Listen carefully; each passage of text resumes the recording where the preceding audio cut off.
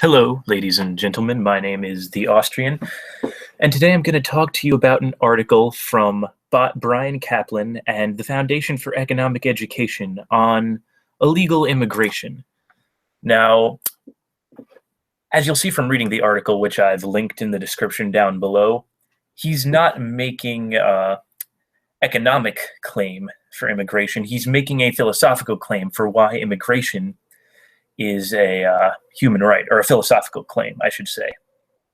But the title is making an economic claim, that being that immigration without restriction or open borders, as you'll see him propose later on, is a type of, is costless. It's free, as he would say. And so I'm going to dispute that claim because this is a rather simple-minded statement, quite honestly. And coming from an economist like Bryan Caplan, who teaches at George Mason University, has had a couple papers published, he's a very well-read guy, this is a rather disappointing statement, especially because he should know better than anyone else that there's no such thing as a free lunch. And so before we get into actually talking about the philosophical case he makes for why immigration is a human right, I'm just going to be addressing this first claim he makes, that immigration is free, which in reality kind of ignores the fact that we're living in a welfare state at the moment. Speaking of welfare, let's jump right into that. So the first thing I'd like to show you, and I'll have the link to all the studies I'm about to show in the description a bit later, but the first thing I'm going to show you is a study conducted by the Center for Immigration Studies. And one of the first things you'll notice it brings up is the comparison in welfare participation rates conducted by these two organizations, the Annual Social and Economic Supplement of the Current Population Survey and the Survey of Income and Program Participation. Now, you'll notice they're comparing two things here. They're comparing native households that are using some form of welfare and immigrant households.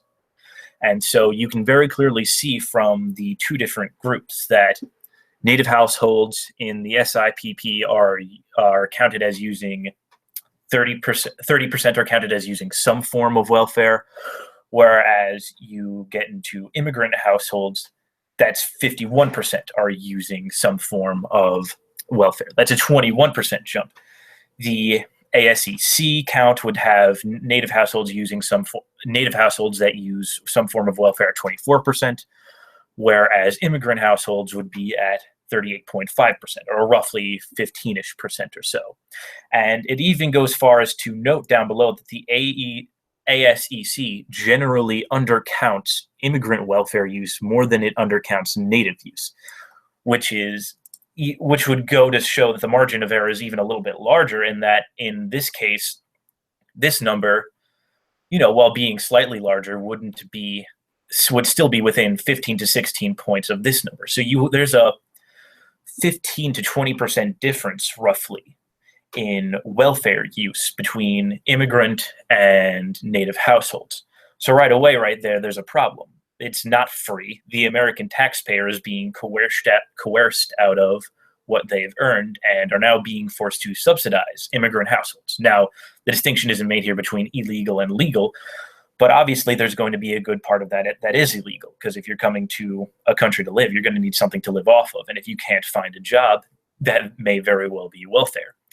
Now, the counterclaim to this would be that, immigrants come into this country and they earn a living, and at the very least, they're contributing something in taxes too. And so that's another interesting point, which we're going to go over here. So according to a Pew survey with data taken from 2007, and I'll get into some of the problems with that, the average annual income for a household of illegal immigrants, this time it specifies illegal, is around $36,000. And that's even accounting for the fact that these households usually have more workers per household than the native household. You'll see the average for the illegal immigrant household is 1.75 workers, while the US-born household is around 1.23 workers. And this is obviously taken from before the crash. As the U.S. News reports down right about here, the Census Bureau states that new average earnings for the illegal immigrant household is around $30,000. So within a couple dollars difference, or a couple $1,000s difference, not huge in the grand scheme of things. And when you look at it in terms of taxes, it roughly puts them in, no matter what time period you're looking at, in the same bracket. So what you're looking at here is the current tax bracket system passed into law in 2013. And so I'll tell you to ignore these two categories, the single category and the married and filing separately category, because those are for individuals. What we'd like to look at here is the head of household category and the married, filing jointly, or qualifying widow category, as these two are what illegal immigrant households would be filing under. Now, if you take the rough average earnings of the illegal immigrant households, you'll see it puts them right in this second bracket here, which is the 15% bracket between average incomes of $13,000 to $50,000, and then and then in, say, a larger household, it would be $18,000 to $75,000.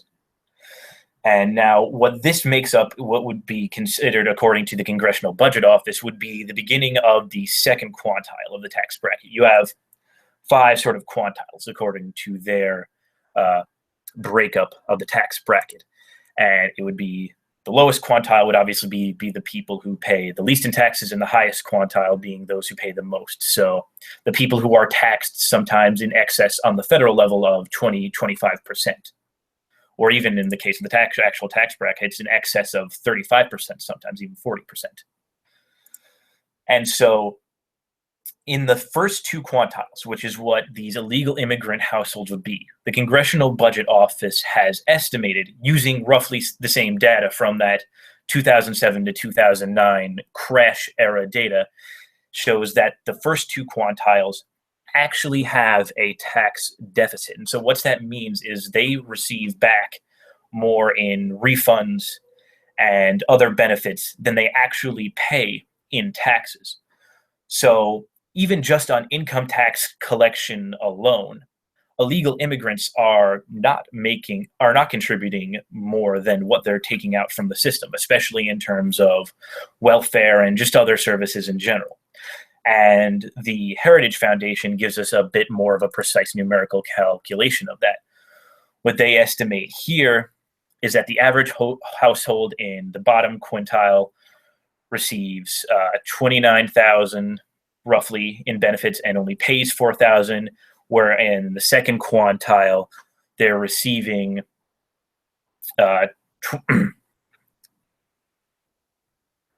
excuse me, there's no second quintile here. It's just talking about the bottom quintile. It's just talking about the bottom quintile.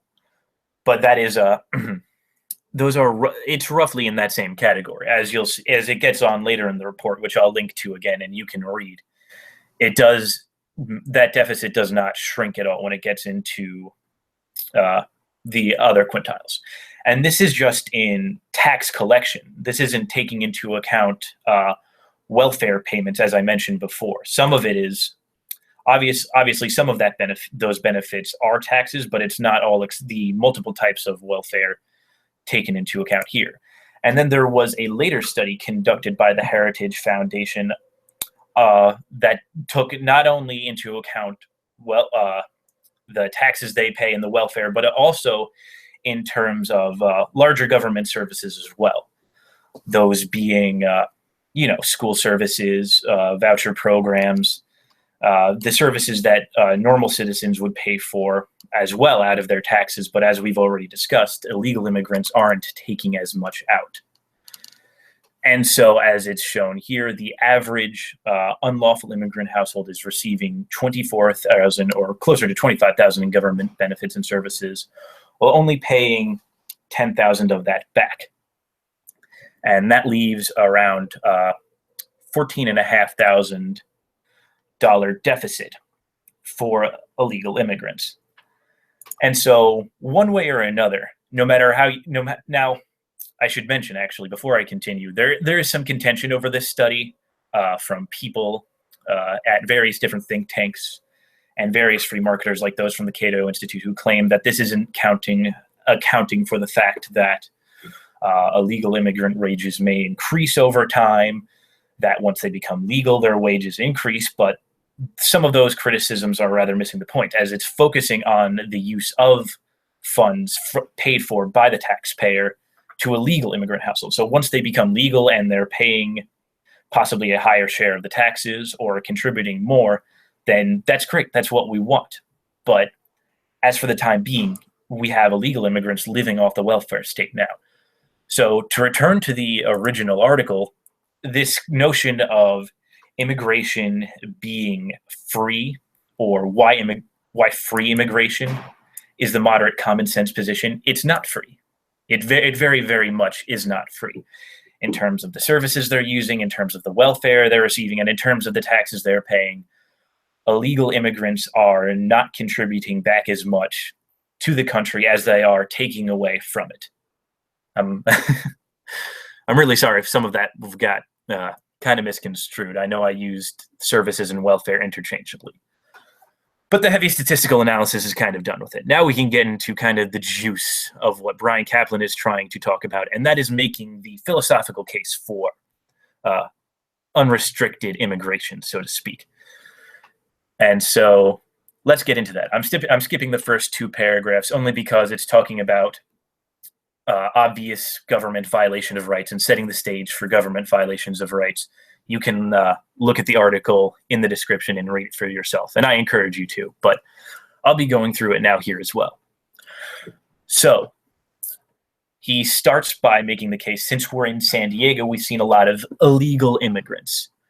What are the vast majority of them doing, he says? Working for willing employers, renting apartments from willing landlords, buying stuff from willing merchants, sending money home to their families, yada, yada, yada. But the U.S. government can and does forcibly arrest and exile. Ooh, exile. It's a big, frightening word he likes to throw in there. And exile them to the third world. Why can't they just come legally? Because exile is the default. They're all exiled unless the U.S. government makes a rare exception. And I say rare. I had a source up. He says rare here. I had a source up a moment ago. I'm sorry. Do I have it up at the moment? Oh, no, this is more about service costs, excuse me. But it's not really a rare case. The number of legal immigrants entering the country each year is around 1 million right now, and it's increasing every year. So this isn't a rare case. This is a completely common case of people being let in and using the system as it's supposed to be used. But he's making a scary kind of point here. So he continues, this is far less bad than killing or imprisoning them, but it sure looks like a severe human rights violation. If the U.S. government forbade you to live and work here, wouldn't that be a severe violation of your human rights? But it sure looks like a severe human rights violation. Oh boy. Oh boy. Now, he mentions earlier in the article, the paragraphs I skipped, about the human rights violations of Maoist China, the Soviet Union, and Nazi Germany, and those were severe human rights violations. Maybe you could find a word worse than that, but severe is at the very least at the beginning threshold of the terms you'd use to describe what happened in those countries. And so to equate deportation to those is incredibly misleading, honestly. But is it a severe human rights violation that these people enter a country with established laws that they obviously knew of, and then they are punished pretty lightly, quite honestly? They're just sent back to where they came from, and that's it. There's no more to it. It's not like the government is torturing them or anything, or waterboarding them, doing any sort of rights of the violation of the Geneva Convention or something. It's not anything ridiculous. It's just sending them back from where they came. Now, obviously, depending on where you came from, it's worse than, say, going back to a country, say, if you were illegally immigrating from Canada. Obviously, being sent back to Canada, not a biggie. Being sent back to certain parts of Mexico where the Zeta cartel may have a bounty on your head is obviously worse, but is that really the concern of the U.S. government whose rules you just broke? I'm not shoving it off to the side, saying there should be a concern for it, but these were risks you took here. This individual who illegally immigrated took themselves. It's not something the U.S. should be concerning themselves with. They need to worry about their own citizens first, quite frankly. And then if the U.S. government forbade you to live and work here, wouldn't that be a severe violation of your human rights? Well, that very much depends, Bryan Caplan. That depends on what I've been doing in this country, and that depends on how I've been using my time here. If I'm Jack the Ripper who escaped from England and coming to the United States, it's probably not a huge violation of my rights if you exiled me to some other country or sent me back to my native Britain to face trial. Or even if I was doing some other kind of really disgusting crap, if I was violating human rights myself, it wouldn't be. Or even if I was just taking advantage of the system here. You know, people's money is coerced from them all the time in the form of taxation. And now I'm just coming here and living off of that without contributing nearly as much back in return. So for the people who came here legally and for the people who were born here, through you using the state, you're violating their rights yourself. So it's really not a huge violation of your human rights. You don't have a right to the earnings of the native populace of the nation you're coming to. And he continues now. You could reasonably object human rights are not absolute, but okay. He's making the case here that you could reject this notion, and you could say human rights are not absolute, therefore illegal immigration isn't a right. But we won't. He'll say that's not sufficient in a moment, so we'll move past that. Most notably, to continue right here. He starts on going on another economic calculation cost. Most notably, standard economic estimates say that letting the world's talent flow to wherever it's most productive would roughly double global prosperity. That's an extra 75 trillion of extra wealth per year. Extra. Read all about it. How is this possible? Because the world's lowest skill workers produce far more in the first world than they do at home. Even if all their other fears about immigration were bulletproof, which they aren't, he doesn't necessarily disprove them in this article. They're dwarfed by this gargantuan economic gain. This isn't trickle-down economics, it's Niagara Falls economics. Oof. It's disappointing to hear an economist even use the term trickle-down economics, because that's a term very few people actually endorse, other than politicians who use it to score points. It was first used by some Republican congressman running for office back in the 70s, the 80s. So to hear him use that phrase is But then this estimation, which he provides no citation for, that's an extra 75 trillion of extra wealth per year. Now, I'm willing to admit, of course, that if you're talented, you should go to the country where you'll be the most productive, so you can not only help that country, but also benefit yourself at the same time. But the fact is that the world's talent isn't simply flowing to one place at all. It's not the world's talent, it's also a bunch of moochers who want to live off the welfare and live off the services of the first world countries. This is very apparent when you do interviews of some of the economic migrants coming to Europe and some of the migrants leaving from Mexico and Central America to the United States. These are things that we know. People are just coming to not be productive. They're coming to live off the welfare state. And so, yes, obviously, you send the most talented people to the place where they'll be most productive. It's going to result in a massive economic boom. Unfortunately, it's not just the people who are the most talented going to these places at all. Now he gets into a more technical philosophical argument here. He says, you need to flatly deny that immigration is a human right to say that while the illegal immigrants you meet on the street may look innocent, they're actually guilty as hell. The most popular argument analogizes illegal immigrants to trespassers. No one has any right to be here without government position. It's our country, so we set the rules.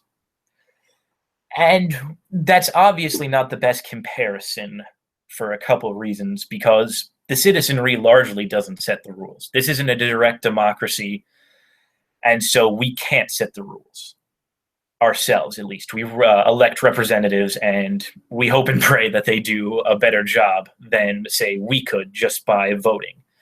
But he's trying to set up this case where the land that we have isn't protected by the government. The government isn't this arbiter of the property that is known as the United States, which is false. It is.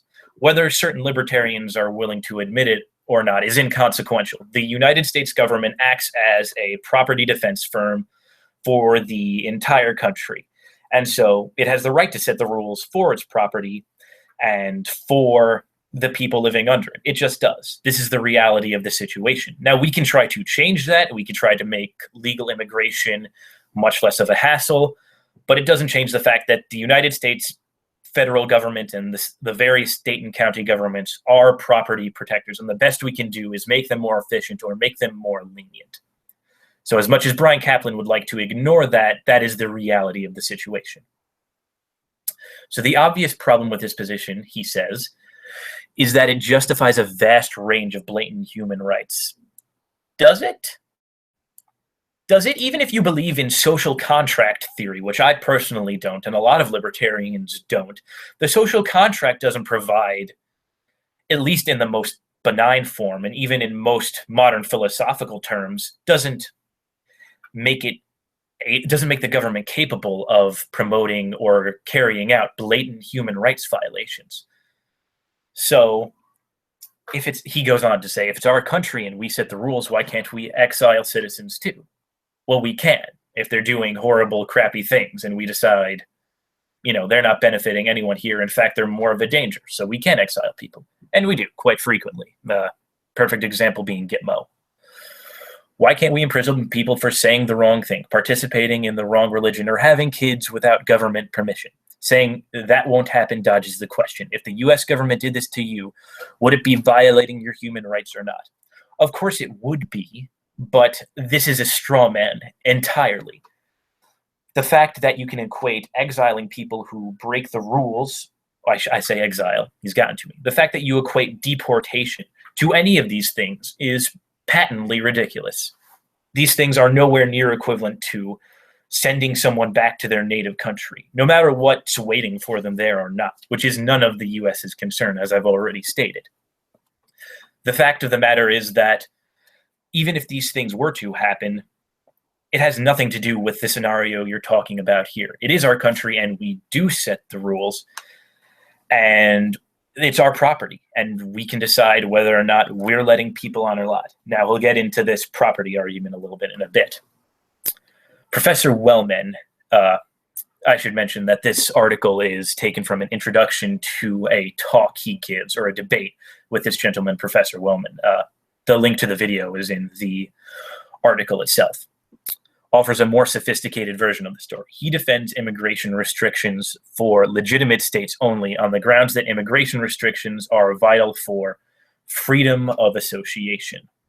And that's a pretty standard case. I think it's the correct case, quite honestly.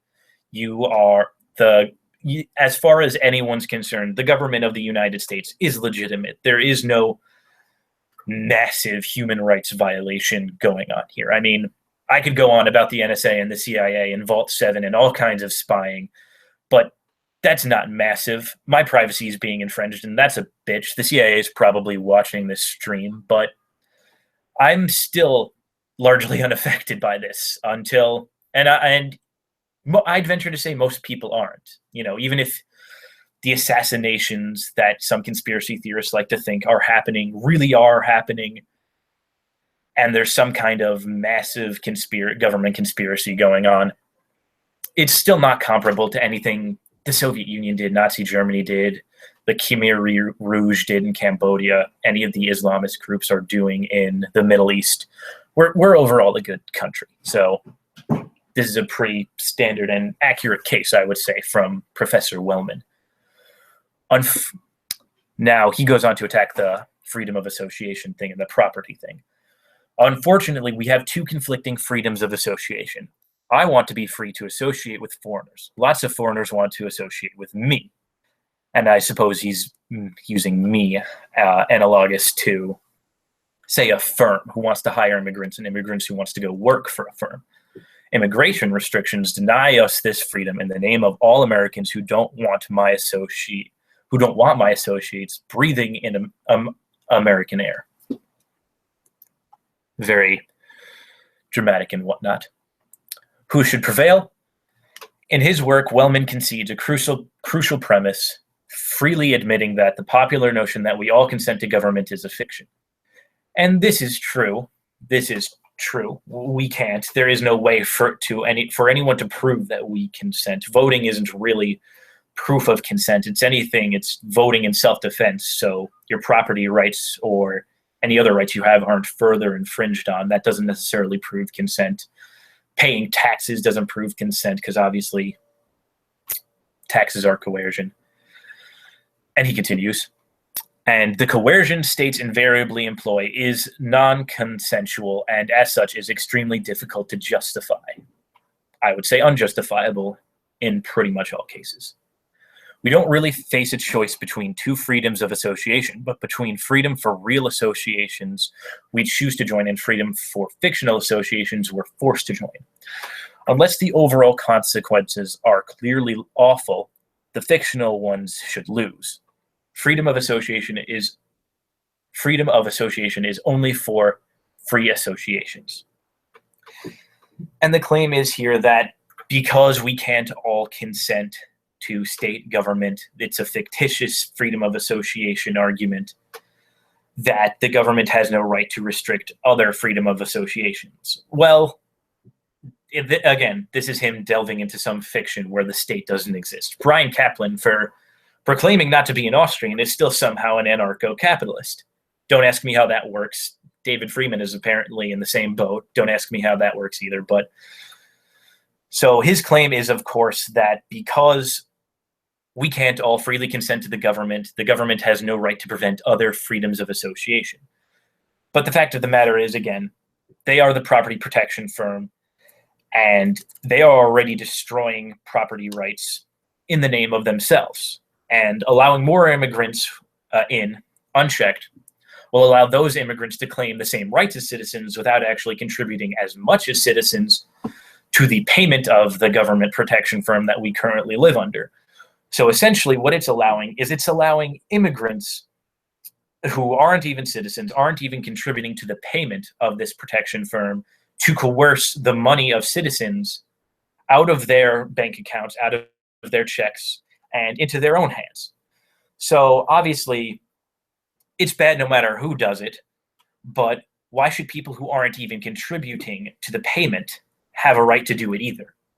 That's the thing about state-controlled borders from a libertarian perspective. It's a lose-lose.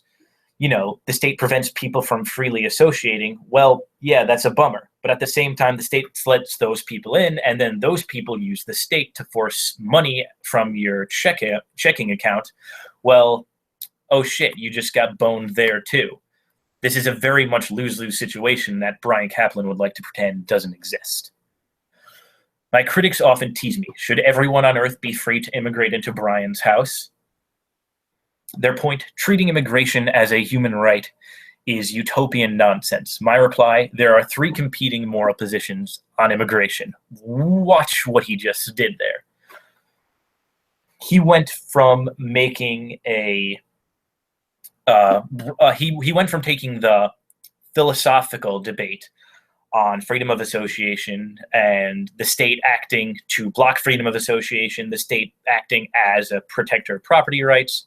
He took all of that and went from making a philosophical case to a moral case. He's now appealing to your moral sense of right and wrong, which is interesting because he still could have gone places in the philosophical case. And at the same time, I think it shows a weakness in his argument that he knows can't really stand up on its own. And so let's look at these three moral cases he would make. Foreigners should be free to live in my house even if I don't consent. A view held by almost none. True. Foreigners should be free to live in my house if I consent. Yes. Foreigners shouldn't be free to live in my house even if I do consent. which is the standard view he's criticizing. Also, just the reality of state-controlled borders. Far from being utopian, saying immigration is a human right is just moderate. Common sense, the moderate, common sense position that when natives and foreigners voluntarily interact, strangers are morally obliged to leave them alone unless the overall consequences are clearly awful, even if the stranger happens to be the government and the government happens to be popular. That's fine. I don't necessarily have a problem with saying just because the majority of people say so, it's right. That's obviously, a correct case. But what he is again ignoring here is that there is indeed a consequence that is clearly awful. That is the fact that people who are not contributing to the upkeep of the only force we currently have that protects our property and right now is attempting to look out for our best interests, no matter how poorly they do it, in some capacity or another, they're not contributing to that. And in fact, they're only making it more exploitative because now they are coming in, non-citizens, claiming the same rights as citizens, the same positive rights, mind you, not the natural rights that might just exist freely without coercion, but the positive rights that require them, and is using the state as a mechanism to coerce the property of others and get it for themselves. This is the whole flaw in his argument, that it's this idea that there are no consequences, both economically and otherwise, to this action. And as I've just shown, between welfare use, between taxes paid, between other services rendered, be it, I didn't mention this report, but I'll shout it out right now, between but the impact of education and other services on local and state governments, all these things add up massively as what I would probably qualify as a clearly awful consequence. And so while he likes to pretend that this idea of free immigration is costless, going back to his title, there is no such thing as a free lunch, Bryan Caplan. There is no such thing as this system, this imaginary system you'd like to exist, where the more immigrants we let in, the only good things can happen for the economy that way. Oh, this big 75 trillion extra in output will magically happen, despite the fact that there's a welfare state taxing the ever-living crap out of us. Not like that. That doesn't exist. So, in conclusion, Bryan Caplan's argument is naive at best and more destructive to our property rights at worst. And really, that's all my thoughts on it. I hope this was somewhat informative. I'm sorry for my stammering in an organized manner. First time attempting this and all that. But yeah. Bryan Caplan and the FEE are completely wrong about what free immigration is.